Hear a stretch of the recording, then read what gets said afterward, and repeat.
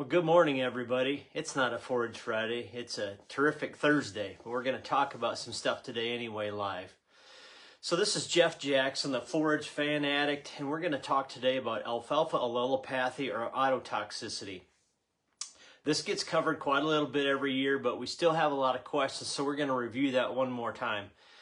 So an alfalfa plant, once it gets growing and starts to develop, it starts to produce a toxic substance called a metacarpin that can actually inhibit more alfalfa plants from germinating and growing and making a successful plant. I mean, it's about that simple.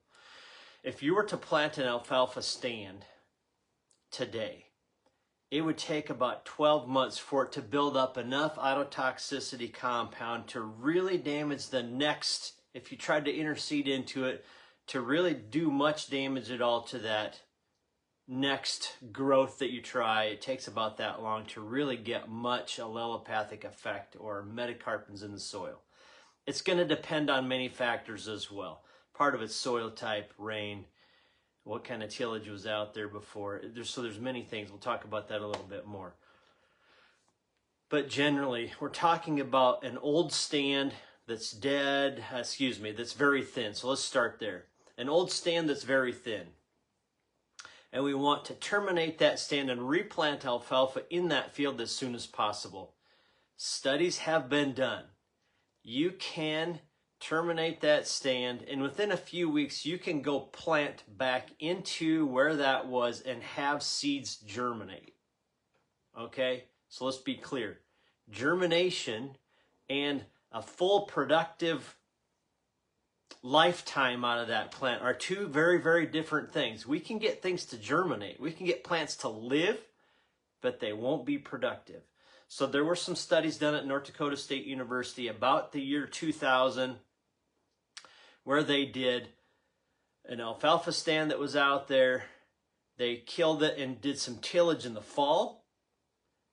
And they came back in the spring and they did some tillage in that same field, and then they planted alfalfa seedlings. The portion of the field that was tilled in the fall was much more successful when they spring planted than when they did spring tillage and spring planted within 2 weeks. Literally, when they got done at the end of the year, they had 1.5 tons difference in alfalfa by just leaving that over winter being tilled and dead versus spring tillage and trying to replant. So they did have plants grow. They did have plants live.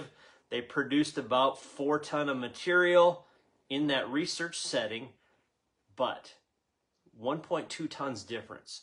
And what we see is you'll get those seedlings to germinate, but what happens is that the seedling root grows into that autotoxic material. So we haven't had enough time to degrade it, leach it, dissipate it, and it affects the growth of those seedling roots.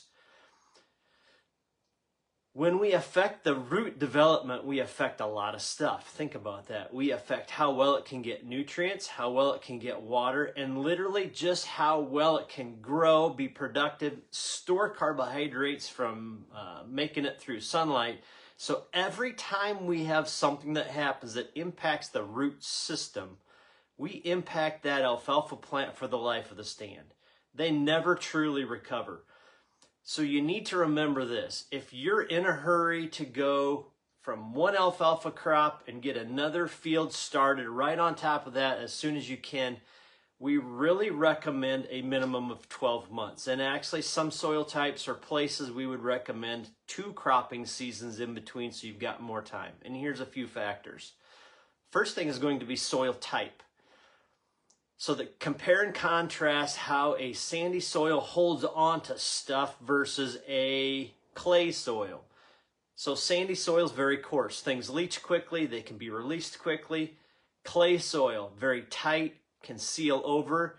It holds things a lot better. So in a sandy soil, and you throw on irrigation, and you throw on tillage to open that up, stir things up, get things activated in the soil and get it degraded. If you're in a sandy soil irrigation, tillage, you can speed up the process. If you are no-till, very dry, and clay, it's going to hold on forever. So think about how some of that impacts where you're at. So you have soil type, tillage, irrigation versus water. I'm going to say even probably soil pH will impact how that breaks down and gets degraded to some degree. So all of these different things can impact how fast the metacarpins or that allelopathic compound are degraded from the soil. Now, so we're just talking about taking an old stand and starting a new stand. There are a lot of questions about, we tried to fall seed last year or we spring seeded in the spring of 24. We didn't get a very good stand. We knew it. We had replant seed to fix it in the fall, which should have probably been done in the spring anyway. But the fall was dry. We didn't think it would work. We left the seed in the bag. Can we still fix, if you will, can we still fix that alfalfa stand? If it was spring planted 24 and we're spring of 25, can we still fix it? Yes, it will work. Will it have the same effect as having a brand new field someplace with 100% yield potential or as good as it can get? My belief from everything I've seen is no. The new seedlings that you plant 12 months after that first seeding are probably going to be 75 to 80% the yield potential that they should be, because there's going to be some toxicity in that soil that's going to affect them to a degree. Will it kill them? Probably not. But we do not recommend going more than 12 months after the original seeding to get alfalfa started. So if you started in the spring of 24 and you get past May of 25, you're probably going to be too late and you'd better hold off. Now, I just talked to a gentleman yesterday farther north up in that Minnesota, South Dakota area about doing this. And he said, well, what about taking that first cutting off? Because my alfalfa is already 6 inches tall. My recommendation for him was to get the alfalfa seed in the ground right now. It's going to bang up that field just a little bit. But if we wait till June to try to establish alfalfa in a field where there's alfalfa already there to try to make it thicker, I have the feeling it's going to be too hot, too dry, not enough moisture, and that is just going to be recreational planting, and maybe a few plants survive, but they won't be very, very successful. So let's get back to allelopathy again. So we talked about trying to fix an alfalfa stand. Folks, within 30 days, generally, and maybe even quicker if there's moisture in the system, you should know fairly quickly if an alfalfa stand is going to be successful or not. If there are questions, call somebody, get an expert to come help, take a look. I would love to get things reseeded as fast as you can, because every time we try to fix something after that first season, we reduce our effect. When you think about an alfalfa plant, if there's a plant out there, you have to consider that there's a ring around that plant about 16 inches. So an 8-inch radius from the stem of that plant around it is going to be highly toxic. Again, you can get plants to germinate in some of these scenarios, but as soon as that root grows into the autotoxicity, I'm going to call it retarded root syndrome. We really affect those roots. They get stunted, bottle brushed, they go different directions, they never develop well. So trying to fix a bad mistake, or maybe it's not a mistake, but the weather didn't cooperate, we probably should do more abandoning those fields and go start a new one, because we're never going to have the yield potential from that field.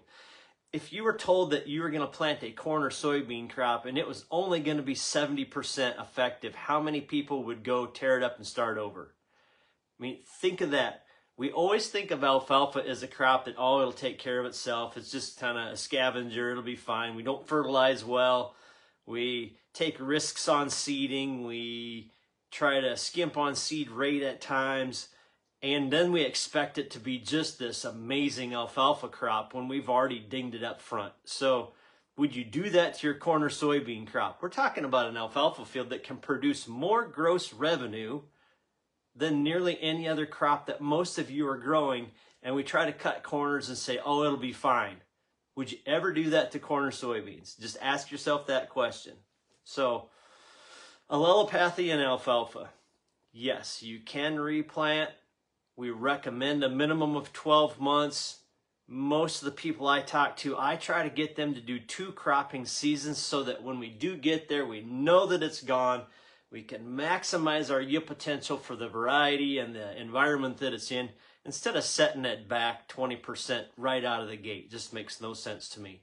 So if you have any more questions, comments, thoughts, I know there's going to be somebody out there that says, oh, God dang it, Jeff, you're wrong, you're wrong, you're wrong. We go replant right into that alfalfa all the time, and we have great success. That's fine. What is your measurement of success? If you're getting 4 ton and you're in an area that should be making 6, that's not successful. If you're getting 5 ton in an area that you should be getting 8, that's not successful. So think about allelopathy. It does affect the plant. Even though it does germinate and grow, you still have long-term effects on that crop, on that plant, and you can have yield reduction. So I rambled on long enough. If you can't tell, my strong opinion is 12 months. I really love 2 cropping seasons, but if you've got to make things work, that's your call. Hope you all are having a great day. Jeff Jackson, the Forage Fanatic, Alfalfa Allelopathy, and autotoxicity. Look up some research studies. You'll find everything from 2 weeks to 4 months to 2 cropping seasons. It's all dependent on soil type, rain and irrigation, tillage, plant density. All those things have to be accounted for, so pay attention to all those details. Make a great recommendation for yourself based on this information. Have a great Thursday.